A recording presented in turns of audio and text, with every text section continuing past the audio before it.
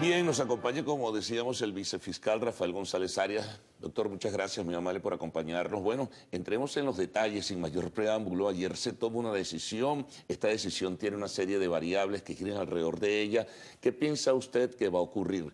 Por ejemplo, la fiscal, según lo que determinó la Sala Plena, debe tener un plazo de 30 días para su defensa, etcétera. Pero comienzan a surgir una serie de dudas desde el punto de vista jurídico y desde el punto de vista político. Sí, muy buenos días. Creo que es necesario, en primer lugar, referirnos a cuáles son las causales legales que ha invocado la Sala Plena para admitir el antejuicio de mérito contra la doctora Luisa Ortega Díaz. Según la nota de prensa que publicó el Tribunal Supremo de Justicia, se considera que ella ha incurrido en unas faltas graves que están previstas en el artículo 22 de la Ley Orgánica del Poder Ciudadano y en el artículo 23 de la Ley Orgánica del Ministerio Público.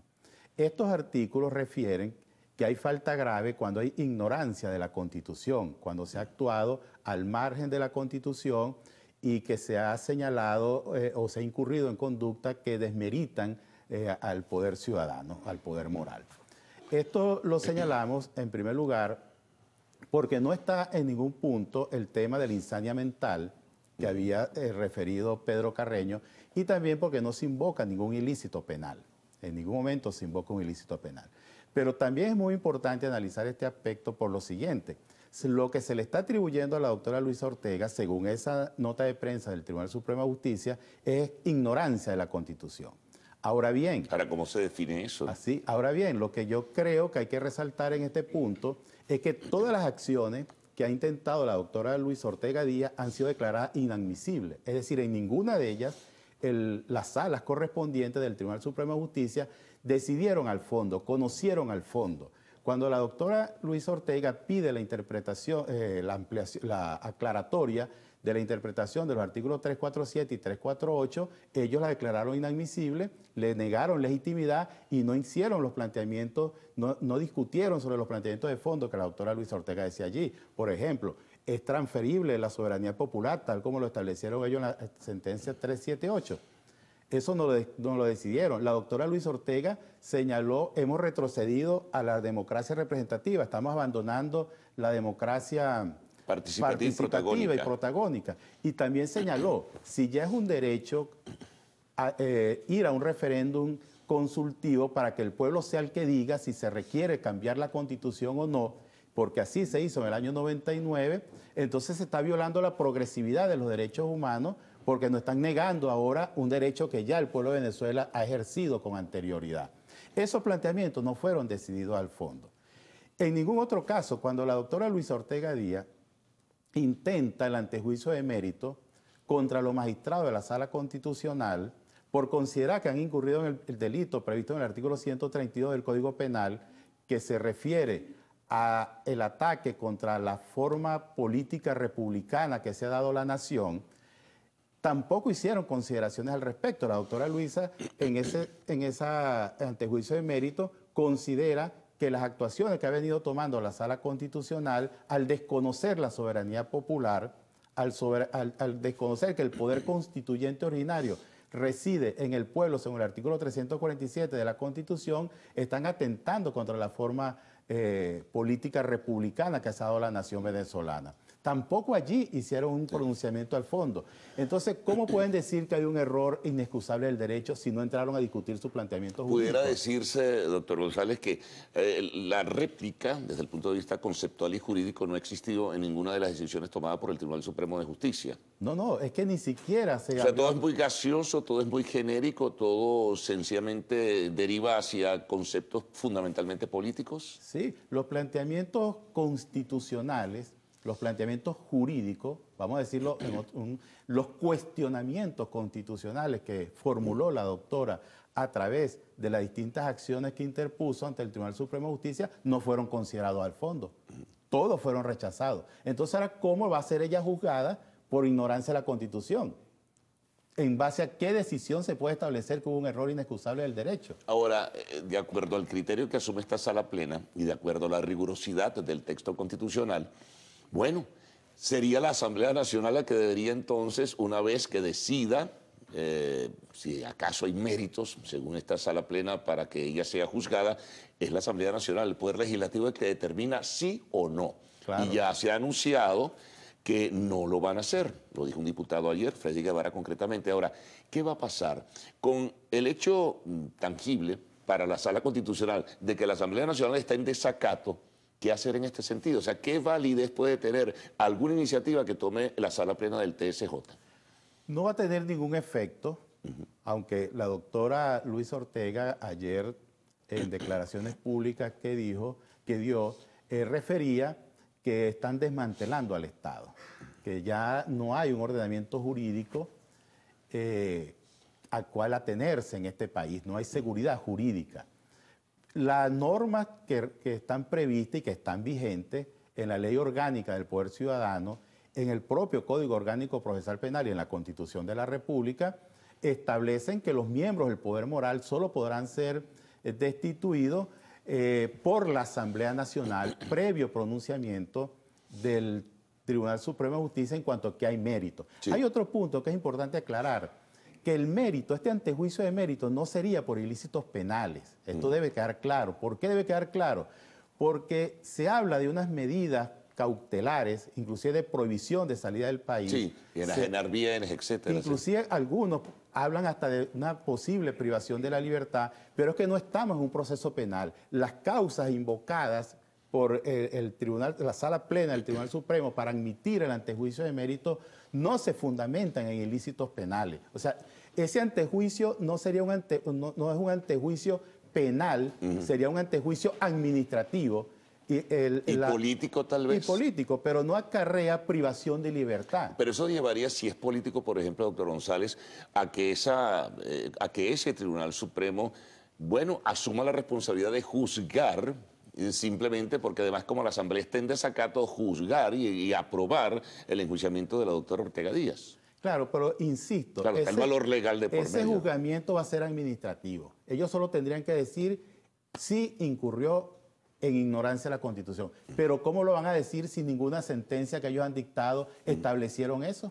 Claro. Porque todas las fueron inadmitidas, ninguna hubo un pronunciamiento de fondo. La prueba para poder establecer que un juez incurrió, o que un funcionario, en este caso la doctora Luis Ortega Díaz, incurrió en error inexcusable del derecho, en ignorancia de la Constitución, es una sentencia del Tribunal Supremo de Justicia que haya decidido al fondo de lo planteado. Ahora hay algo importante, ¿no? Al margen, como la doctora Ortega Díaz ha actuado con apego institucional y constitucional en cada una de las iniciativas que ha tomado frente al TSJ, y que esta sala plena ahora da un plazo de 30 días para que la doctora pues presente su defensa.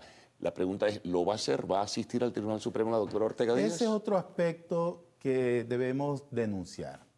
El Tribunal Supremo de Justicia convoca y dice que va a convocar al diputado Pedro Carreño. Sí, una audiencia pública. A los miembros del Poder Moral y a la doctora Luis Ortega Díaz a una audiencia, pero no fija el día de la audiencia. Eso es inseguridad jurídica.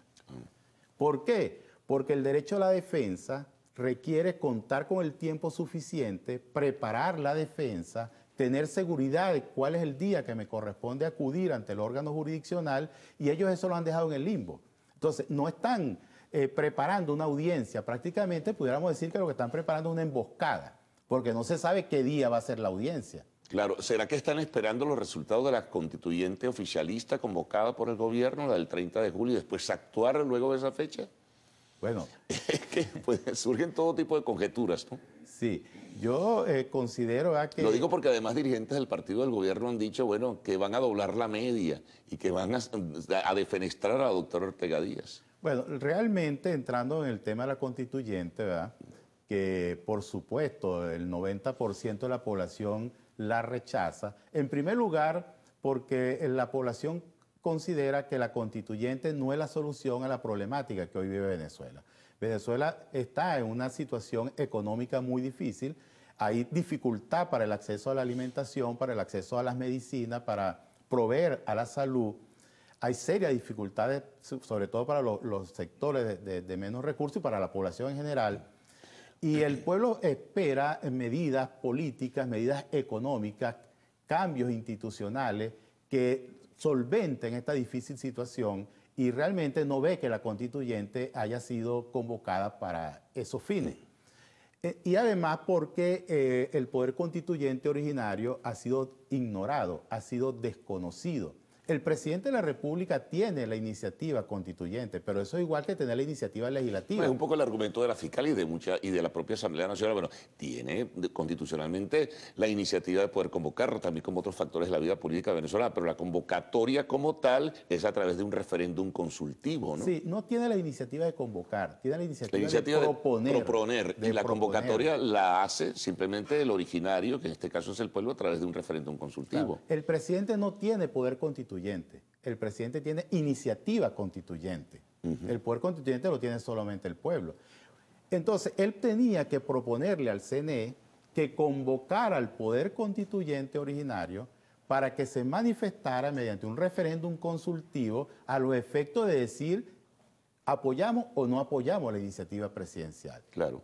Pero no que... Y las bases comiciales. Y las bases comiciales también tienen que ser aprobadas por el pueblo. Te en una situación muy difícil porque se señala que no hay un término para la actuación de la Asamblea Constituyente. O sea, la Asamblea Constituyente, he oído algunos diputados que dicen puede durar hasta 20 años, puede durar 3 años, sí, puede durar 4 años, en los cuales estarían disueltos prácticamente todos los poderes públicos, como muchos de ellos lo han señalado. Inclusive la Presidencia de la República, oí al doctor Escarrá señalar que el presidente tiene que poner su cargo a la orden. Sí, que él ha escuchado, que tiene entendido y que además podría durar hasta un año y que solamente una convocatoria de un referéndum que no es el consultivo, sino uno aprobatorio, sería en agosto de 2018. Eso le escuché también a Escarrá en una declaración en una agencia internacional de noticias. Claro, es necesario entonces que el país retome la senda constitucional. Es necesario defender la Constitución. Es necesario que el tribunal, contar con un Tribunal Supremo de Justicia que dirima imparcialmente, independientemente, los conflictos que se presenten en la sociedad para poder preservar la paz. El Tribunal Supremo es responsable que exista paz en el país, porque él es el encargado de ponerle freno a cualquier actuación inconstitucional que pueda provenir de cualquier otro poder público. O sea, los conflictos que surjan entre los poderes y en el seno de la sociedad tienen que ser dirimidos por el Tribunal Supremo de Justicia de manera imparcial. Eso es una garantía constitucional.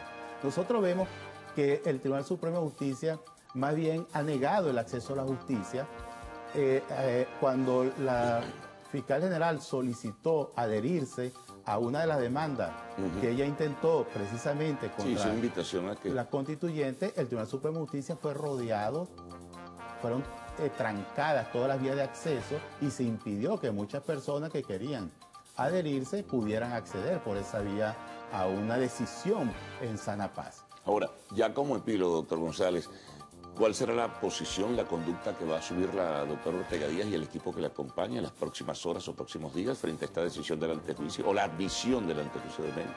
Bueno, la doctora está consciente, y lo expresó ayer públicamente, de que no estamos no hay garantías constitucionales, no estamos ante órganos imparciales, no existe un Estado de Derecho. Realmente acceder a la justicia es prácticamente inútil actualmente en Venezuela. No existe tutela judicial efectiva.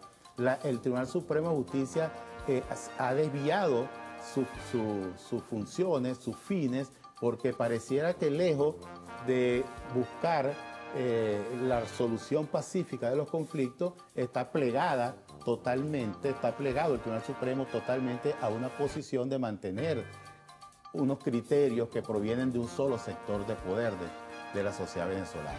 En ese marco, yo creo pues, que la doctora Luisa Ortega Díaz ejercerá su defensa fundamentalmente convocando a la nación, convocando al país a continuar en la defensa de la Constitución de la República. Bueno, muy bien, gracias por todas las consideraciones, todos los detalles. Estaremos a la expectativa, vienen decisiones que seguramente conoceremos en su momento y en sus circunstancias. Así que bueno, doctor González, muchas gracias, muy amable por haber estado con nosotros en el segmento de la entrevista. Hacemos una pausa y al retorno tendrán el segmento de arte y espectáculos en lo actual.